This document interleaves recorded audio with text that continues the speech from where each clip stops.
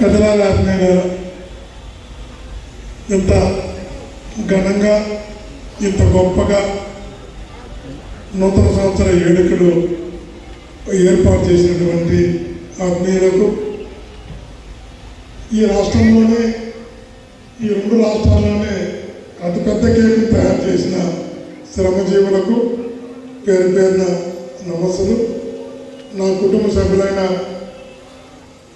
మన పార్టీ నాయకులకు, కార్యకర్తలకు, ప్రజాప్రతినిధులకు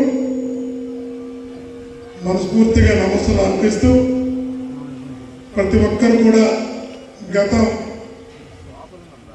జరిగిపోయింది, కలిసికట్టుగా పనిచేసాం, కలిసికట్టుగా కష్టపడ్డాం, కలిసికట్టుగా ఎన్నికలు నిర్వహించాం. ఖచ్చితంగా ప్రజాభిప్రాయంతో ఓడేమా, ఈవీఎంలతో ఓడేమా అన్నది ఇప్పటికీ వెయ్యడాన్న ప్రశ్నగా అది మిగిలిపోయింది. ఇది ఈవీఎం ప్రభుత్వమా? కాబట్టి ఇంకా మహారాష్ట్ర, హర్యానా ఎన్నికలు జరిగిన తర్వాత ఇంకా ప్రజలు ఒక నిర్ణయానికి వచ్చారు, ఇది ప్రజలు ఎన్నుకున్న ప్రభుత్వం కాదు, ఇది ఈవీఎంల ప్రభుత్వం, ఈవీఎంల ప్రభుత్వం. కాబట్టి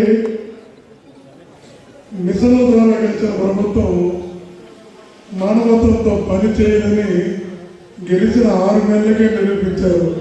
ఇచ్చిన ఏ హామీ కూడా అమలు చేయకుండా పాప వాలంటీర్లు అయితే 10,000 అంటారు.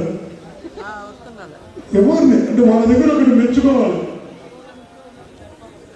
మోసం చేసినా, మాట తప్పినా, అన్యాయం చేసినా వాళ్ళ దగ్గర ఒకటి మెచ్చుకోవాలి. ఈ కూటమి ప్రభుత్వంలో పాప సమన్యాయం చేస్తారు. అందరికీ మోసం చేసినా అన్ని కులాలకు చేస్తారు, మాట తప్పి అన్ని కులాలకు చేస్తారు, చెడు చేసిన అన్ని కులాలకు చేస్తారు, ఈ కులం అందరికీ సమానంగా అన్యాయం చేస్తారు. ఇట్లాంటి ప్రభుత్వం అధికారంలోకి వచ్చిన తర్వాత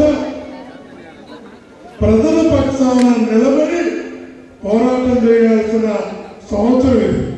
ప్రజల కోసం నిలబడి పోరాటం చేయాల్సిన ప్రభుత్వం, ప్రజలకు మంచి చేయడం కోసం చేయి కలిపి మనం అందరం ముందుకు నడపాల్సిన సంవత్సరం ఇది. ప్రతి ఒక్కరికి కూడా సంపూర్ణ ఆశీస్సులు అందించమని ఆ దేవదేవుడు శ్రీమన్నారాయణ శ్రీ వెంకటేశ్వర స్వామి వారిని ప్రణమిల్లి ప్రార్థిస్తూ, నా కుటుంబ సభ్యులైన మీరు, నేను ఇకపై వేరుగా ఉంటాం.